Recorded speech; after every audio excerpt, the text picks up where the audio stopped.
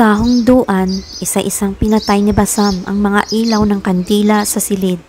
Madilim na madilim ngayon sa loob ng kwarto. Akala noon ni Mika, tulad ng mga napapanood niya sa horror movies, ang gagawin. Uupo sila sa isang paikot na mesa at saka magkahawak-hawak ng mga kamay para tumawag ng espiritu. Pero hindi. Ipinaliwanag ito sa kanya ni Aling Gloria. Ang kaluluwa ng isang tao ang makikipag-usap sa kaluluwa ng yumao. Subalit mapanganib nga ito dahil kinakailangang manatiling nakatali ang kaluluwa sa katawang lupa nito. Kapag napigtalang tali, hindi makabalik ang kaluluwa.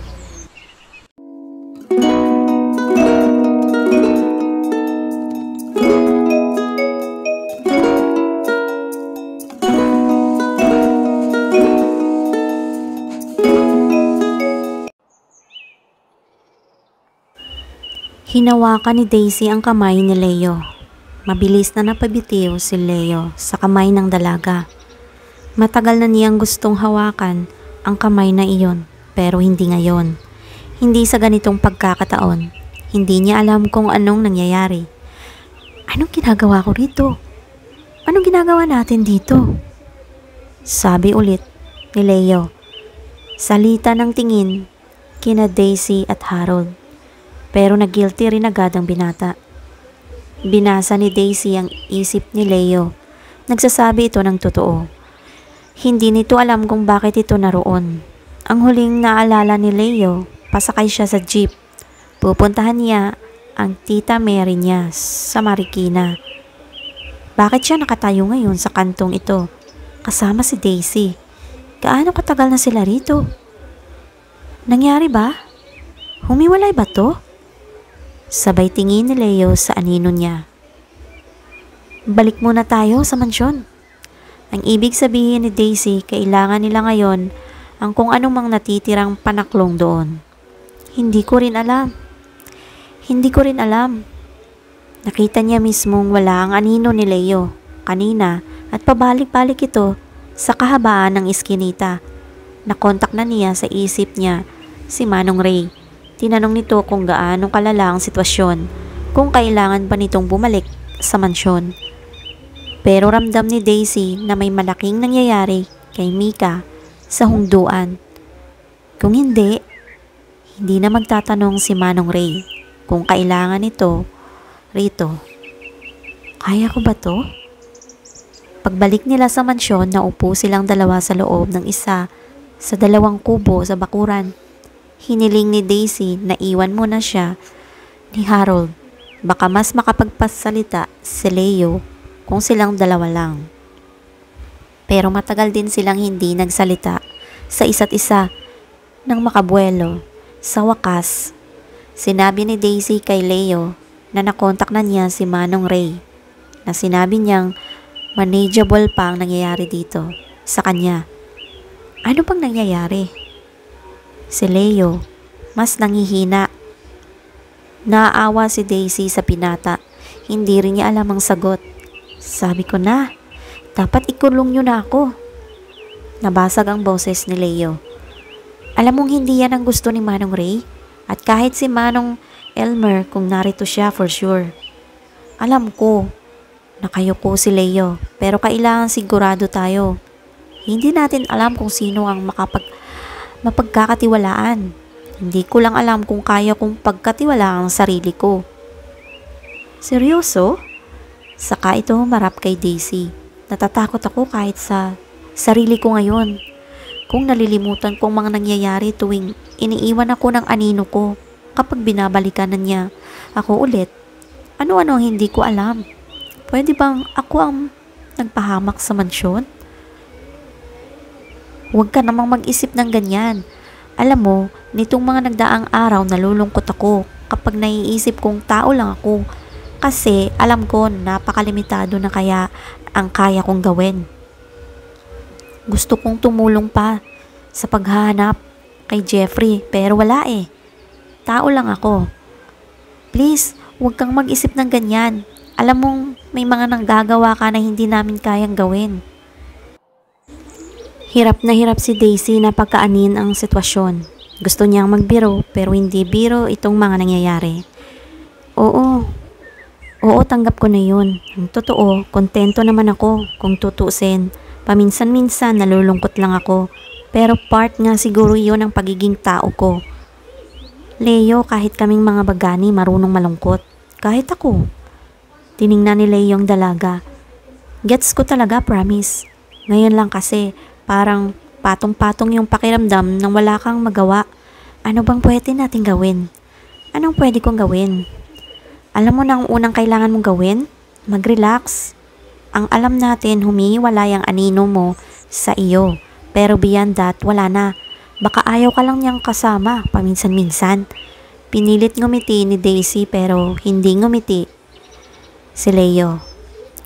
Well, tulad ng napag-usapan natin ni na Manong Ray, wala tayong magagawa hanggang hindi natin nabibitag ang mismong anino mo. Tuloy ang training ng lahat ng nagmamonitor sa iyo sa paraan ng paghuli sa humiwalay na anino. Pero tulad din ng alam mo, para itong pag-aaral mag-drive ng walang sasakyan, we have no way of testing it. Iisa lang ang alam nating nakagawa nitong bagani sa buhay na buhay pa. Nabanggit na rin niyo noon ni na Manong Ray. Matagal nang hindi nagsalita si Leo pero bahagyang nagliwanag ang mukha nito nang muling magsalita. May naisip ako, sabi niya. Saka sinulya pa ng sariling anino na parang walang kamalay-malay sa tabi niya. Tumingin si Daisy kay Leo na parang sinasabing magpatuloy lang ito na hindi niya binabasa ngayon ang iniisip nito. Kung gusto nating paghiwalayin ulit sa akin ang anino ko, sabi ni Leo, possible kayang mas mangyari iyon kung wala ako rito sa mansyon.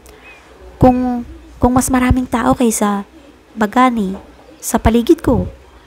Nakatingin lang si Daisy kay Leo. Hinulaan kung saan patungo ang sinasabi nito. Nagpaalam ako kanina, di ba? Pupunta kay na tita. Tumango si Daisy. Paano kaya kung kinatita na muna ulit talaga ako? Kung gusto nating humiwalay ang anino ko sa akin. Baka mas madali kong naroon ako kung malayo rito sa mansyon. Teka lang, sabi ni Daisy. I get your point. Pero kailangan nating ipaalam ito kay Manong. Hindi ka pwedeng mag-isa syempre kung sakali. Kailangan naming magkarelyebo para may lagi kang kasama 24/7. Oo, alam ko naman yan. Iniisip ko lang ang iisipin ni na tita. Tapos saka naalala ni Leo na kaya nga palang kontrolin ni na Daisy ang isip ng iba. Na nahulaan agad ni Daisy batay sa ekspresyon ng mukha ni Leo. Minor adjustment lang naman sa utak nila. Pagtitiyak ng dalaga. Huwag kang mag-alala, hindi nila iisipin magjowa tayo. Sasamahan mo ko? Tanong ni Leo sa utak niya. Pero tulad dati, hindi iyon sinagot ni Daisy kahit sa utak lang niya. Sa halip, ang sinabi sa kanya ng dalaga ng pabulong. Magiging maayos din ang lahat. Magiging maayos din para sa atin ang lahat. Sa hungduan, isa-isang pinatay ni Basam ang mga ilaw ng kandila sa silid. Madilim na madilim ngayon sa loob ng kwarto. Akala noon ni Mika tulad ng mga napapanood niya sa horror movies ang gagawin. Uupo sila sa isang paikot na mesa at saka magkahawak-hawak ng kamay para tumawag ng espiritu, pero hindi. Ipinaliwanag ito sa kanya ni Aling Gloria. Ang kaluluwa ng isang tao ang makikipag-usap sa kaluluwa ng yumao. Subalit mapanganib nga ito dahil kinakailangang manatiling nakatali ang kaluluwa sa katawang lupa nito. Kapag napigtal ang tali, hindi makakabalik ang kaluluwa sa katawang lupa at maaaring ikamatay ng tao. May mga namatay ng araw dahil dito pero hindi na nagdedetalye si Aling Gloria. Pakiramdam ni Mika may kinalaman doon ng kaunting pagtatalo ni na Basam at Manong Ray na nakita niya. Narito na rin sa hungduan si Manong Ray pero nasa kabilang silid. Iginalang nito ang pakiusap ni na Basam na huwag na silang samahan sa mismong ritual. Nahiga ulit si Mika tulad ng ginawa nila ng sinundang gabi. Ngayon, sina Babu Sandor at Aling Gloria naman ang nangunguna sa pagsasalita. Nakatayo malapit sa pinto, si Basam, katabi, si Doc Eric. Tulad din ng sinundang gabi, nagdaraos ng sarili nilang sayawan at ritual ang ibang mga bagani sa labas, sa hamog at ilalim ng buwan upang magpadala ng puwersa kina Basam. Umusal ang panalangin ni Babo Sandor na siyam na bathala bago nagtuon kay kabunyian na siyang pinag-alaya ng damba ng payo. Panalangin patnubay nawa ang kaluluwa ng mga yumao at ang kaluluwa ng mga nabubuhay upang hindi maparamdam ang pagdanas nila sa buhay. Nakikinig lamang si Mika mula sa pagkakahiga. Iniisip kung ano kayang pakiramdam ng paghihiwalay ng kaluluwa sa katawan. Narinig niyang nagsasalita si Aling Gloria pero hindi niya lubusang maintindihan ang sinasabi nito. Parang napakahina ng boses. Parang bulong, parang nasa malayo. Maya-maya parang may hinawing kung anong tabing. Lumiwanag ang boses ni Aling Gloria sa pandinig niya. Kung naririnig mo ko, Mika, sabi ni Gloria, itaas mo ang kaliwang mong kamay. Itinaas ni Mika ang kaliwa niyang kamay. Maaari ka na ngayong magmulat ng mata, Mika. Tumayo mula sa higaan. Nagmulat ng mga mata si Mika. Tumingin kay Aling Gloria. Nakita niyang nakapikit ito. Tumayo siya sa higaan. Ano pong gagawin ko? Kailangan mong tawagin si Oliver. Ikaw lamang makakatawag sa kanya. Sa isang kilalang tinig lamang, tumutugon ang kaluluwa. Nakapikit pa rin si Aling Gloria. Paano ko po siya tatawagin? Tulad ng karaniwan mong pagtawag sa isang tao. Hindi alam ni Mika kung naiintindihan niya, pero mahina niyang binigkas ang pangalan ni Oliver pagkatapos. Palakas ng palakas. Oliver! Oliver! Maya-maya may kumatok sa pinto. Marahan na patingin doon si Mika. Malapit pa sa pinto ni Basam at Doc Eric pero hindi pinapansin ng mga ito ang pagkatok. Kailangan mong buksan ang pinto at papasukin ang panauhin, sabi ni Aling Gloria. Nakapikit pa rin habang nakatayo. Subalit mag-iingat ka. Hindi tayo tiyak kung tamang kaluluwa ang tumugon sa ating pagtawag. Napansin ni Mika na hindi pa rin kumikilos mula sa kinatatayuan niya malapit sa pinto, sina Basam at Doc Eric. At hindi siya tinititigan ng dalawa. Nakatingin pa rin ang mga ito sa kama.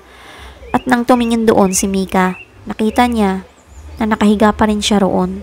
Naroon ang katawan niya. Nakapikit ang mga mata at mukhang himbing na himbing. Biglang nakaramdam ng pagpapanik si Mika. Aling Gloria, kung tutuusin, nasabihan na naman siya tungkol dito. Inihanda naman siya. Pero nagbibigla pa rin kapag naroon ka. Naroon ka na sa mismong sitwasyon. Naramdaman naman ni Aling Gloria ang biglang pag-alala sa boses ni Mika. Sundan mo lamang ang tinig ko, Mika, at huwag kang lalabas ng silid. Buksan mo lamang at papasukin si Oliver. Nasa labas po si Oliver? Paano ko po bubuksan ang pinto? Wala akong katawan, naisip niya. Pero may mga kamay rin siya ngayon. Nahahawakan ba niya ang doorknob? Mabubuksan mo iyan. Paano po kung hindi? Si Oliver ang nasa labas? Muli, alam na niya ang sagot dito pero kung bakit kailangan niyang itanong, kailangang itanong ng mismong kaluluwa niya. Kaluluwa ba talaga ako ngayon? Anong alam ko na hindi alam ng katawan ko na nakahiga ngayon sa kama? At anong alam niya na hindi ko alam? Kailangan mong sarhan agad ang pinto at tumakbo pabalik sa katawan mo. Tandaan mo huwag kang lalabas at huwag kang sasama sa kanya sa labas. Kahit si Oliver pa iyan. Siya po ang papapasukin ko rito? Oo, siya ang kailangan pumasok dito. Lumapit nga si Mika sa pinto. Hindi siya nakikita ni na Doc Eric at Basam. Iniwasan niyang masagi ang mga ito pero naramdaman niyang naglagos lamang siya sa mga ito. Kinakabahan pero hinawakan pa rin niya ang doorknob. Nahawakan niya. Natatakot ako pero okay lang matakot. Pinihit niya ito para bumukas. Napalingon si Basam sa bumukas na pinto. Umiwas sila ng bahagya ni Doc Eric at lumapit kay Babo Sandor na nasa tabi ng nakapikit na si Aling Gloria. Pagbukas ng pinto, nakita ni Mika si Oliver. Nawala ng bulol na iniwan ulit ni Doc Eric sa labas ng pinto kanina. Nagulat si Oliver na makita si Mika. "Tinawag mo ko? Bakit? Anong nangyari sa'yo?" Biglang nakaramdam ng pananabik sa isa't isa magkaibigan. Gusto nilang magyakap pero hindi nila magawa. Pinalawak ni Mika ang pinto para makita ni Oliver na may iba pang tao sa silid. Nakita ni Oliver na nakahiga ang katawan ni Mika sa kama. "Anong meron?" Tanong ulit ni Oliver. Pinapasok ni Mika si Oliver. "May kailangan kami sa'yo. Kailangan namin ng tulong mo para kay Jeffrey." Pumasok agad si Oliver nang marinig ang pangalan ng kaibigan. "Bakit, anong nangyari kay Jeffrey? Nasaan siya?" "Hindi namin alam pero marami nang nangyari at may importante kaming kailangang itanong sa iyo. Ikaw lang daw ang nakakaalam ng sagot." "Ako lang? Ano yun?" Sinabi agad ni Mika ang bugtong kay Oliver. Haya na. Di mo makikilala. Wala na. Saka mo nakita." "Grabe namang bugtong. Bugtong talaga? Tinawag mo ko para sa bugtong?" Hindi pinansin ni Mika ang biro ng kaibigan. "Anong alam mo tungkol sa bugtong na yan, Oliver? Please, anong meron sa bugtong na yan?" Takang-taka si Oliver. "Ha? Anong sagot ko? Hindi ko alam." Pinaulit niya ang bugtong kay Mika. "Wala, hindi talaga niya alam. Hindi ko alam ang sagot dyan. Sigurado pa kayo na ako raw nakakaalam?" Si Aling Gloria ang nagsalita. Narinig din niya ang pagsasalita ni Oliver ngayon. "Oliver, ako si Aling Gloria." Tumingin si Oliver sa babaeng nakapikit at pinagmumula ng tinig na nagsalita. Alaala ang sagot sa bugtong. "Sigurado ka bang wala kang naalala sa bugtong?" Puro alaala, tapos parang nakaramdam siya ng pagkahiya sa matanda. Pumikit siya at iniisip, alaala. Pinipilit hagilapin ni Oliver sa alaala niya kung anong naaalala niya sa bugtong. Inulit naman ni Mika ang bugtong para sa kanya. Naisip niya na kung nakalimutan niya ang lahat ng maibigay na niya kay Jeffrey ang kwentas, tiyak na nakalimutan na rin ni Oliver na sinabi ni Mang Juan ang bugtong na iyon sa kanya. "Anong naalala mo na may kinalaman si Jeffrey at sa bugtong na yan?" sabi ni Aling Gloria. "Kay Jeffrey? Bugtong?" Tapos parang biglang may nadiklap sa isip ni Oliver. Alam ko na. Ano? Pananabik ni Mika. "Sa tala, nung naglalaro kami at parang noon lang pumasok sa isip ni Oliver ang nangyari sa kaniyang ng gabing iyon sa malakas. Nahalata naman niyo ni Mika.